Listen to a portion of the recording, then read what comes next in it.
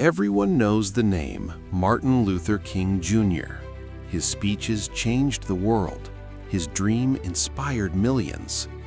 But very few people know what happened to his mother. And when you hear this story, you'll realize that the King family paid a price for justice that most families could never imagine. This is the story of Alberta Williams King, a woman whose life helped shape the civil rights movement and whose death shocked America. Early life. Alberta Christine Williams was born on September 13, 1904 in Atlanta. She grew up in a world shaped by segregation. The South was still deeply divided by race. Opportunities for Black families were limited. But Alberta King was born into a family that believed deeply in education, faith, and leadership. Her father was Martin Luther King Sr. He would eventually become the pastor of Ebenezer Baptist Church, one of the most influential Black churches in Atlanta.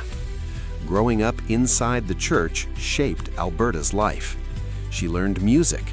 She learned discipline. She learned that faith could give people strength even in the face of injustice. These lessons would later shape the way she raised her own children. Education and faith. Alberta Williams attended Spelman College. Spelman was one of the most important institutions for educating Black women at the time. At Spelman, Alberta developed a strong sense of purpose. She believed in serving the community. She believed education could uplift people. And she believed the church could be a center for both spiritual and social leadership. After finishing her studies, Alberta eventually married Martin Luther King Sr. Together, they formed a partnership rooted in faith and service. Life at Ebenezer Baptist Church. After her marriage, Alberta King dedicated her life to Ebenezer Baptist Church. She became the church's organist and choir director. For more than 40 years, the music of the church was guided by her hands. Every Sunday, the congregation would gather, and Alberta would sit at the organ. Her music filled the sanctuary. It created the spiritual atmosphere that defined the church. But inside that church was also a young boy who was learning about faith, justice, and leadership. Her son, Martin Luther King Jr. Long before the world heard his speeches, before the marches, before the Nobel Peace Prize, there was a mother teaching him values. She taught him discipline. She taught him compassion. She taught him to believe in justice. Many historians believe those early lessons helped shape the leader he would become.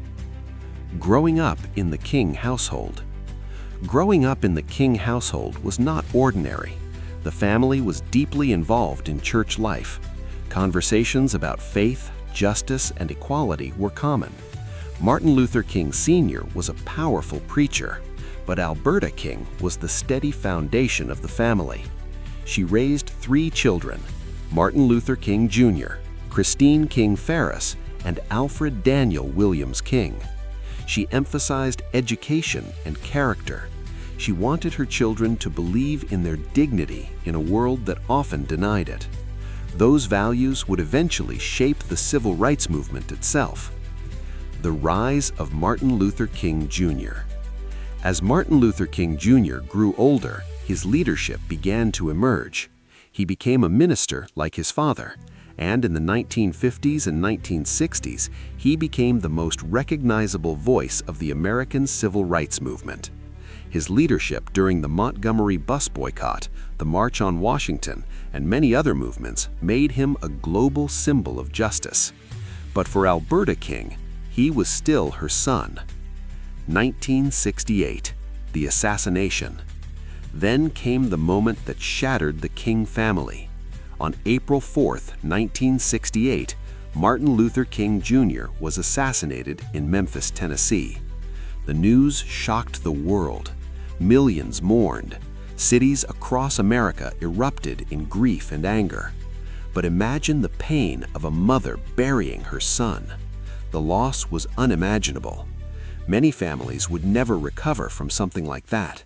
Yet Alberta King did something remarkable. She continued serving the church. She continued playing the organ every Sunday. Her faith remained unshaken.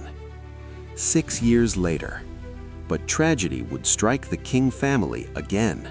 6 years after Martin Luther King Jr. was assassinated, another act of violence would occur inside the church itself. June 30th, 1974. It was a Sunday morning. The congregation gathered at Ebenezer Baptist Church. The service had begun. Alberta King was seated at the organ, just as she had done for decades. Her music filled the sanctuary. But suddenly, a man entered the church. Without warning, he pulled out a gun and opened fire.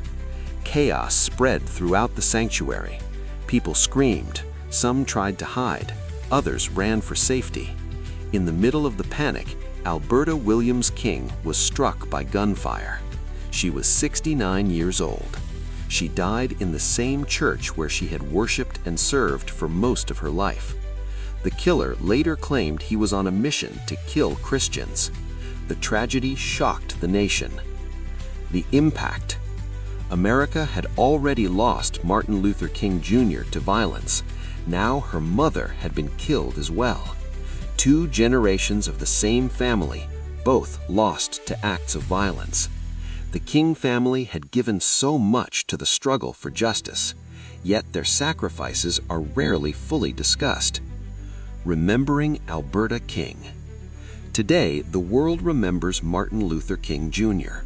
His speeches are studied, his words are quoted. But the story of Alberta Williams King is often forgotten. Yet her influence helped shape one of the most important leaders in modern history. She was a teacher, a musician, a community leader, a mother who raised a man who changed the world. Closing. Behind every great movement, there are often quiet figures whose influence is rarely recognized. Alberta Williams King was one of those figures, and her story deserves to be remembered. If this is the first time you've heard her story, ask yourself why. Like, share, and subscribe to Ancient Stories, because the more we share these stories, the harder they are to erase.